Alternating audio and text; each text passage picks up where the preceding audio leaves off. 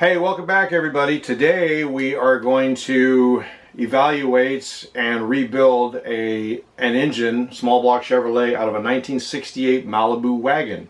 It's a bit of a time capsule, so obviously we've progressed pretty far through it, but I'm going to take you back to the very beginning when we tear the engine down right after it came out of the car. We are sitting here in our little teeny tiny assembly area, and I'm going to go back a few weeks to where we actually got our hands on this engine right after it came out of the car, and we take it apart and evaluate it and do everything that needs to this point and even further than that. So I hope you enjoy this. Here we go. So a bit of a time capsule here, at least I think it is. This is out of a 1968 Chevy Malibu wagon. At least that's what it was pulled out of. Now I do see some blue on the engine, which indicates, you know, somebody's either painted it or it's out of a later model. They obviously detailed the valve covers. This is a period correct intake manifold for a 68, and obviously, I mean, it's a 2-barrel. This was a running engine, and then the reason that he took it out was actually because it had a bunch of leaks because it sat for a long time, but it was running. It does have the orange paint and the non-EGR 2-barrel intake that appears to be early to late 60s. It has the spark plug shields and the heads that appear to be, you know, early. It has the smaller balancer on it. I don't know, we'll see. It's definitely dirty.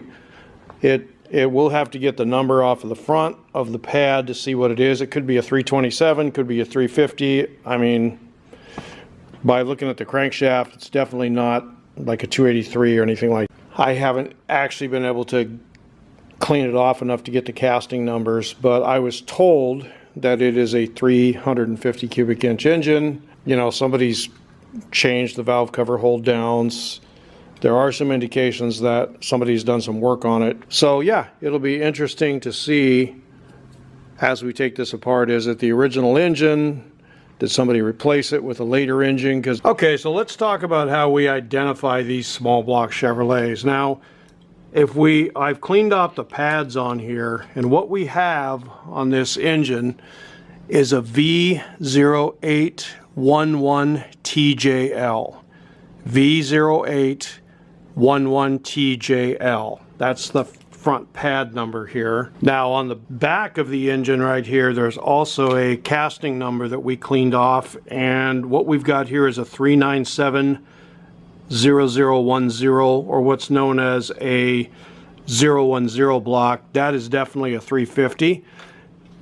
And one thing that I want to point out here is they also have a date code, and I've uncovered the date code here, and we're going to decipher all this. The date code on this is an H. I don't know how well the camera will pick that up, but I can see it. It's an H52. So we will decipher that and see if we can get the application. We know it's a 350 for sure. Probably not the original 68 engine, but we'll do a little research and figure it out. Okay, so here's what we're looking at on this block. We've got a casting number of 3970010. You can look this up, you can Google it, or there's lots of charts available on the internet, but the 010 block is a 350. That casting number was used on 350 engine blocks, so we know this is a 350 engine. The date code is H52. Now, the way that we decipher those is H is the first letter is the month, the second digit is the day, and the third digit is the year. Now, this could be 82 or 72 or 62 or whatever. There's other things we look at to tell us that this is actually a 72. That would be August 5th, 1972. Now, on the front pad, we had VO0811TJO. If we look on our chart, and again, you can Google this or you can look this stuff up, the VO, the first two letters, is the plant or the assembly plant. VO, if you look up and decode this, stands for Flint, Michigan. So we know this block was made in Flint, Michigan. The next four digits are the date. So this was the 8th month, which is August 11th, And then we go to the third code here, and this is the one that tells us a lot of information. The stamping was TJU. I said TJL, but I read that wrong. It's actually TJU on this block. There is no TJL suffix. If we look this up in our chart, this comes up as a truck, a bus, or a van from 1973. And it was 155 horsepower with a 4-barrel, and it was an automatic transmission. Now, the way we know it's an automatic is if it is a standard transmission, along with this code, you're going to have an MT either in front of it or in back of it. If it doesn't have MT, then it's automatically an automatic. Now, the reason that we know that our date code is 1972 is because when we look up this code, it comes up as a 73 or a 74.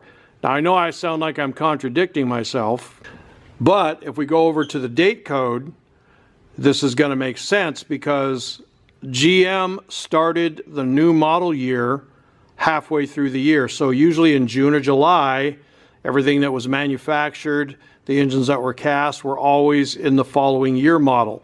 So if it was after July of 72, this would have went into a 1973 vehicle, which is exactly what our stamping code tells us. So even though it was manufactured in August of 1972, that's after July of that year, and so it actually went into a 1973. Now this code was used for 73 and 74, but we know this is a 73 because it was actually cast, of course, in August of 72, so it wouldn't have been in a 74. And actually the 74 model had 165 horsepower, which is 10 more. So I'm not sure what the difference was there, but so that is how you decipher these. So this is definitely not 1968 engine. We know that this is not the original engine, and we kind of had a suspicion that it wasn't, mainly because of the color of the engine, and it had the intake was orange, the engine was blue, which was a later motor. So they definitely did an engine swap on this car. The original engine for the car, I'm not sure what it was. Suppose it was a V8, I'm not sure. It was probably a 327 or 283 or something like that, who knows, but it was more than likely a 327 because it is a V8 car, and the VIN code on the car says that it was a 4-barrel car. I don't know that much about it because I don't have access to the car anymore. But so that's how you decode the engine codes and determine what you have. So now that we have determined that this is not the original engine, we're not too worried about it actually going back into that car. We can actually swap it out with something else. But I am going to tear this down and see what kind of condition this is and kind of talk to you about what you're looking for when you're looking for a builder, and probably walk you through the rebuild process of this thing too. So I'm going to get the intake and the valve covers and all the spark plugs. I'm going to strip it down to a long block, and once I get to that point, we'll come back and take a real good look at what we've got here. Okay guys, so I've got the intake and the valve covers off. The casting number on this head is a 993. That's the suffix of it. Very common open chamber head from the late 60s, early 70s. And it does have a 1972 date code on these. So actually I believe these are, it's 8 of 72, which would have been a 73 model year head. Typical 76cc chamber, large valve, 194-1500 exhaust. It has stock rockers. It has rotators on the exhaust, which denotes a truck head, stock rocker nuts, stock push rods. So it's basically just a bone stock, low performance, which is kind of what we expected. So once we get the heads off, we'll get a peek at what's underneath, what kind of pistons and so forth we got in there. More than likely, it's going to be a dished piston since it was a truck engine. So we'll get the head bolts out, get the heads off, and take a look at what we got. All right, so what we've done here, guys, we've got the rocker arms and the push rods and the fulcrums and stuff off. And I always like to keep that stuff in order. Get yourself an organizational board like that, because these parts are wear mated. And we also broke the bolts loose on this cylinder head, but before we take the head off, we want to get these lifters out of here. A lot of times they'll just pull out, but you can also use a lifter puller. So if we just, this engine seems like it's in pretty good shape, and so these lifters are just coming out pretty easily. Now, if you're going to reuse these, we probably won't reuse these, but if you are going to reuse the lifters, as long as they don't have excessive wear on the bottom of them and these look okay, make sure you keep these in order. These absolutely have to stay in order if they're going to be reused. You cannot mix and match flat tappets. That will destroy the cam, and I mean in a hurry. So we're going to get the lifters out, and then we'll pull the cylinder heads off and see what we've got underneath here. But again, keep all your valve train components in order as you take it out. That way, if anything's broken or bent or excessively worn, you'll know what cylinder it came from. And if you decide to reuse the parts, which in this case we probably won't, it's good to have them in order because they are wear mated to each other. Alright guys, so we got the heads off the engine here, and like I said, this is a 993 casting, which is early 70s, has the push rod guide in the head. You see the 993 there. It is a 1-inch 940 intake and a 1.500 exhaust with a 76 cc chamber. Very typical. Now, interesting here is that it has an aftermarket Felpro gasket. So these heads have actually been off of this engine. If we come over to the block here, it's got the typical dished type piston that you would see in pretty much any stock small block of that era. And I can see some crosshatch in that bore. So I think maybe this has been re-ringed or rebuilt at some point, because there is a pretty decent crosshatch in the bore. But yeah, it remains to be seen. We'll have to get it apart. So I'd like to get this over and get the bottom end. And also, again, I got the lifters out. Keep the lifters in order if you're going to reuse them, which we're probably not, but just number them just in case.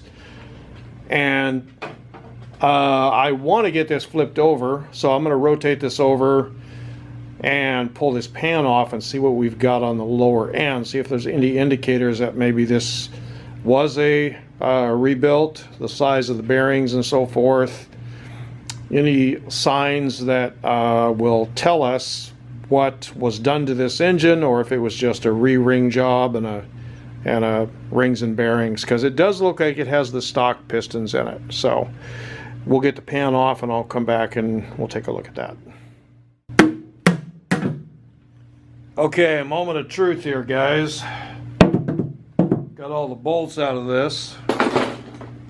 Let's take a look at what we got here. Oh, nice. It's a 4-bolt main. Look in the pan. The pan's not that bad. It's kind of crusty, not a lot of crud and sludge in it, just dirty oil. Oh, but the peach about this motor here is that it is a 4-bolt main. And we want to make sure that the rods move. I don't see anything burnt up or blown up here. We got side clearance, it looks like on all these rods. One of the things that you really want to look at is side clearance on the rods. If they all have good side clearance and they're not discolored, you probably get a really good builder there. So yeah, you can probably see that. We've got a 4-bolt main block here, and I don't see any indicators that it's been part or rebuilt, other than that the rods are numbered. And I don't think that's factory, so hard to say. And I don't see any numbers on the caps at this point, but who knows. So yeah, looks like a really good engine. If we look at the thrust here, I don't really have excessive thrust on this thing. It feels pretty normal. Oil pump doesn't look all crusted up or anything. Not welded, it's pressed in, so that's probably factory. I don't see any signs of aftermarket balancing either on the crank or the connecting rods. It is a 442 cast crank, so this would be a stock deal, which goes right in line with the numbers that we got for the 155 horsepower engine. Now keep in mind, the horsepower numbers in those days was at at the wheels on the vehicle. That's the way they were rating them back then. So we'll start getting these piston and rod assemblies out, and we'll go from there and see what we got. First thing we're going to do is take that oil pump off. The oil pump's just one bolt here. It's 5/8, takes a 5/8 socket. So we'll zap that off of there, and that's a special bolt in that oil pump. You want to hang on to that. There's just a couple of pins.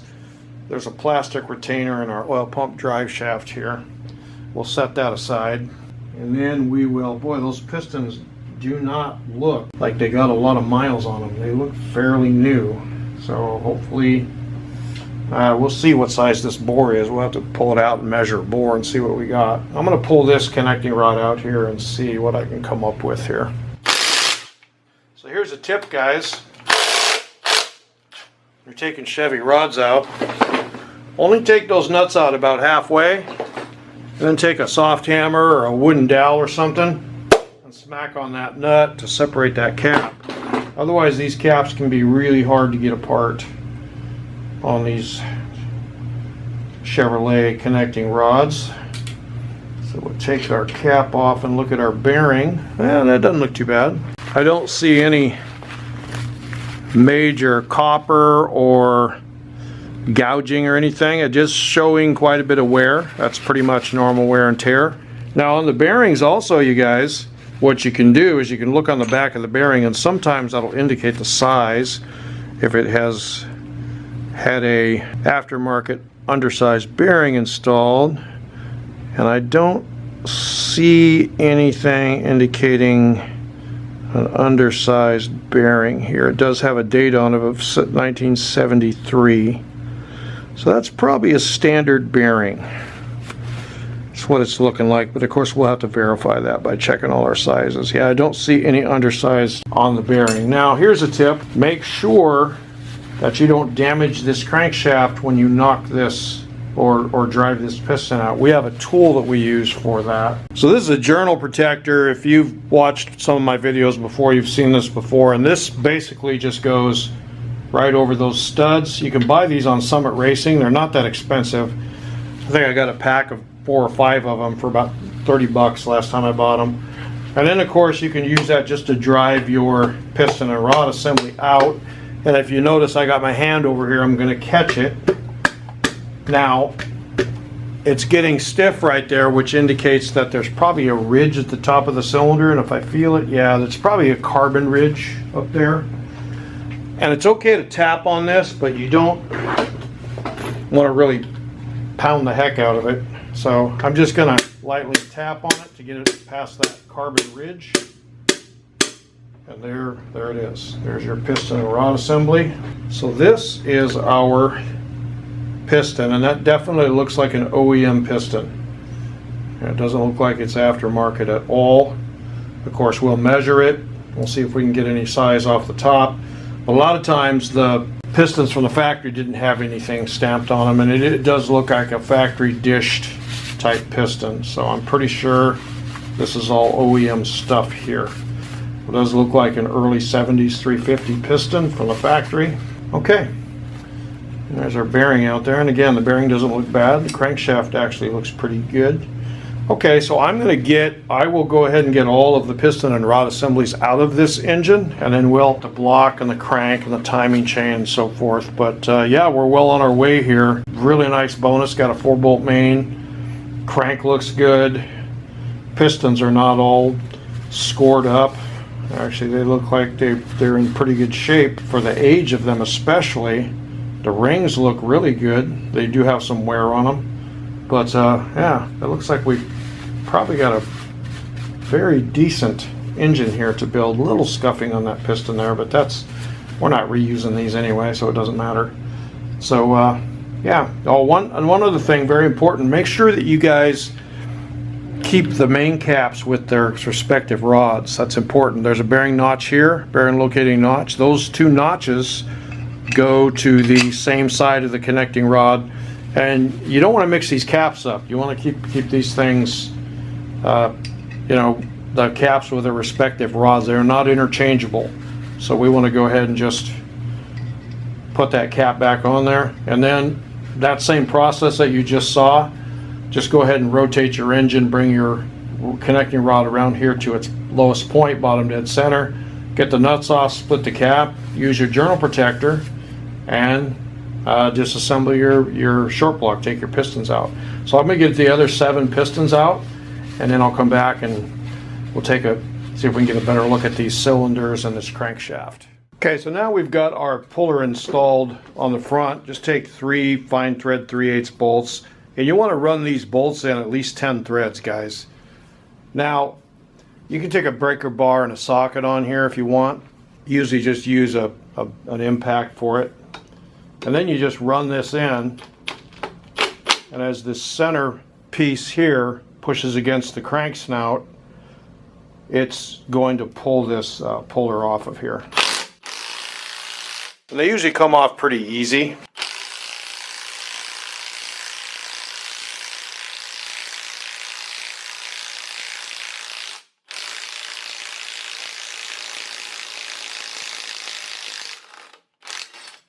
Okay, so that's our balancer and our puller, and we've got that off the crank snout. One thing you don't want to do is take a hammer and beat these off of there. Now we've got our timing chain cover here. Okay, so we've got all of our bolts out of our timing cover. There's a couple of dowel pins that locates this cover, and you can just kind of get in here on it and just gently pry on this with a screwdriver. It'll come off of there. They're not usually on too tight. A little bit, but there it goes. Now, looks pretty clean inside. Somebody's been into this. I can tell that's an aftermarket gasket. It's a Felpro. Also, one thing that's very notable here, this is a double roller chain, and of course this one's loose. We're not going to reuse it, but that's an aftermarket performance chain. And also what they've done here is they have these special wire lock bolts, and they have a wire that goes through them. This is a high performance bolt set that you can buy, and that's to keep them from backing off. I don't know, never really saw that much value in those. I usually put Loctite on the threads and torque them, and I've never had any come loose, but that is a thing. So before we get the chain off, obviously we're gonna have to take the wire out. But that's interesting. So somebody's definitely been into this engine, at least did a re-ring job. Performance chain, they upgraded it. So I haven't checked the bore size yet. We're not sure what that is, but we'll get that done. At this point, we need to take this chain off, because the next step is we want to take this crankshaft out, kind of do what you got to do to get that wire off those bolts. And like I said, there is a small hole drilled through each one of these bolts for that wire.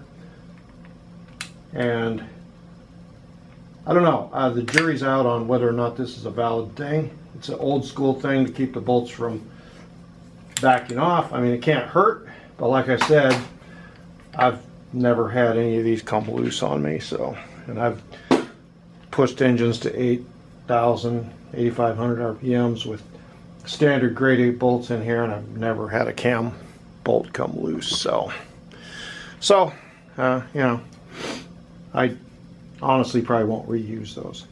Okay, so I'm going to get a socket for this and get it off there. It looks like a 12 point. And these generally aren't torqued on too tight, so we'll just get the appropriate socket, and there we go.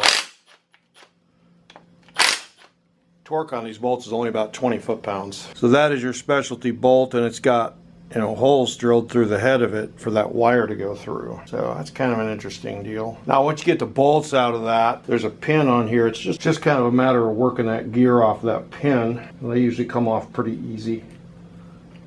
Now the crank gear is pressed on. We'll deal with that later. But that is your double roller timing set. And now we've gotten to that point, we can come over here and look at our main caps. I'm going to stamp numbers on these main caps if they don't have them. There's one that says 2, obviously 3 is here, and they've got a stamping of 4. Generally we don't stamp the rear main because it's a much wider cap for the thrust bearing. It's not going to fit in any other location, so it's obviously, that's where it goes. The number 1 cap on a 4-bolt main is obviously different, but these 3 caps are the ones you got to worry about. You got to make sure these are numbered. If they weren't numbered, which a lot of times they aren't from the factory, I would go in and stamp these and number them, but fortunately in this situation, somebody has already done that for us. All right, so now There's really no detorque sequence for these on a small block Chevy, but I always like to start in the middle. I'll just start breaking these loose from the center out.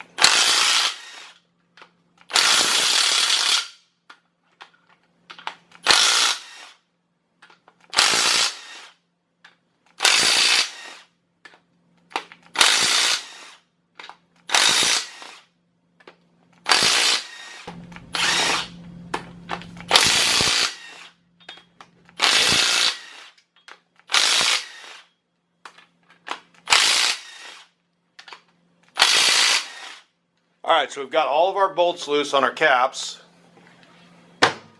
Now, a lot of guys struggle with this, but you don't need to. Here's the best way to get these off. Just take the bolt and pull it out about 2/3 of the way, and then you're going to tap on that bolt. Now, we're not beating this thing. You just tap on it very lightly, and that cap will come off of there. And again, doesn't look too bad, doesn't have any copper or anything. It's definitely showing some wear, which is normal for something with miles on it, but I don't see any large fragments of metal or catastrophic failure, which is good. And then the same thing on your caps. Tap it, push it over to the side, and take it off. And again, these caps have to stay in order, but ours are all numbered so we know where they go. Always take a gander at your bearing, make sure you don't see copper.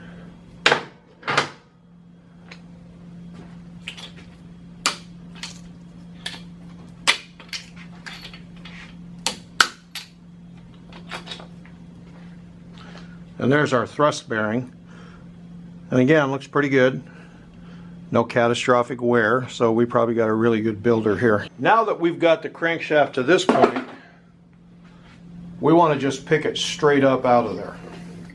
I always grab it in the back over here with a couple of fingers where the rear flange of the crank is, and then in the front on the snout, I'll just grab it here and pick it straight up out of there.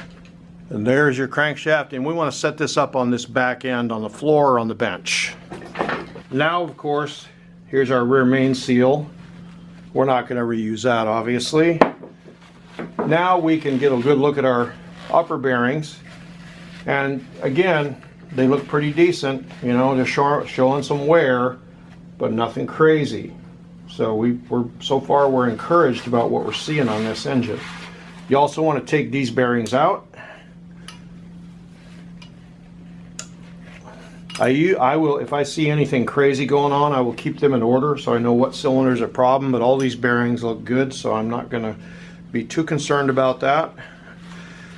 Let's look on the back and see if we got an oversized here.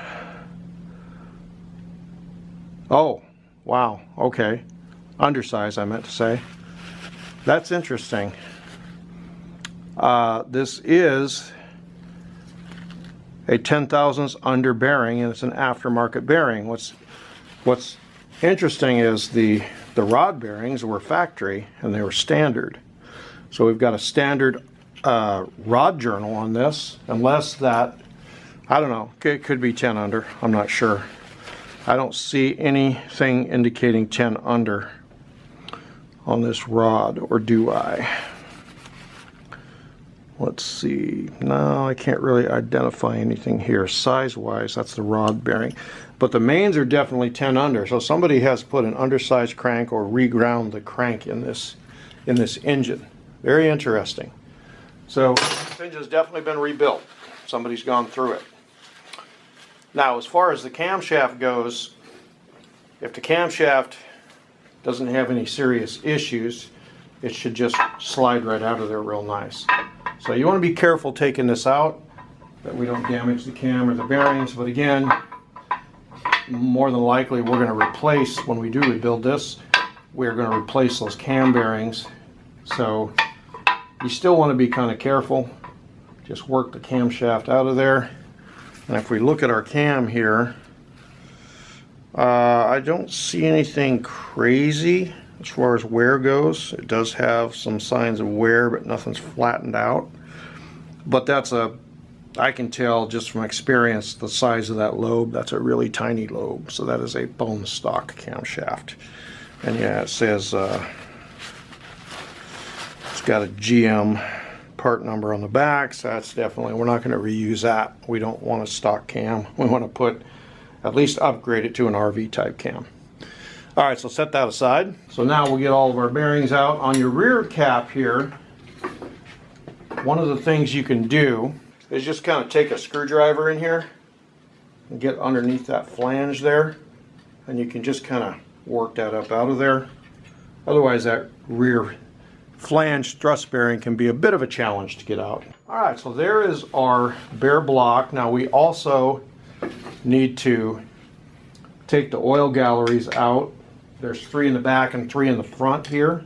And what we do is the ones in the back are plugs, and they take either probably an Allen key. They're right back here in the back. There's 3 of them. We want to get those out, get the cam bearings out of it, and definitely clean this. This needs to go through the cleaning process. The vat, we also want to take the crease plugs or core plugs out. But that is basically your disassembly. Here's our parts that we took off. Of course, we're going to have to take the cylinder heads apart and clean everything.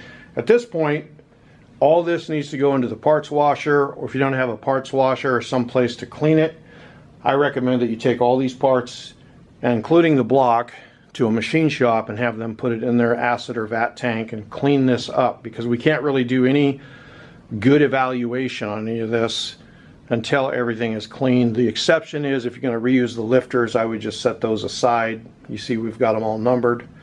But everything else, before we evaluate any of this stuff all needs to be cleaned up and degreased so that we can get a really good idea of what we're working with here, what we can reuse, what needs to be replaced, and so forth. So we will get that done. It's probably going to be a day or two before I get that done.